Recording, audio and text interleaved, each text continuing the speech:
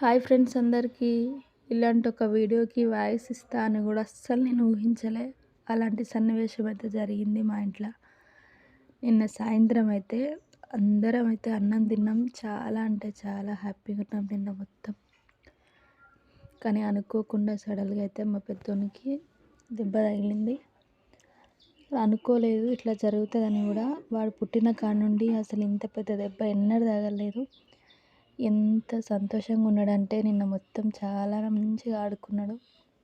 అందుకనేమో ఇలాంటి దెబ్బ అయితే తగిలింది.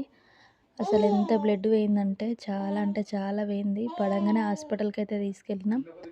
అదైతే ఇక్కడ కాదు హన్మకొండకైతే తీసుకెళ్ళాలన్నారు. ఎందుకంటే ముక్కు మీద చాలా పెద్ద దెబ్బ తగిలింది. అప్పటికే నైట్ అయిపోవడం వల్ల మేమైతే వెళ్ళలేదు. పొద్దున తీసుకెళ్ళండి అని చెప్పిండు. అప్పటి వరకైతే టానికలైతే రాసిండు. మావోడు తొందరగా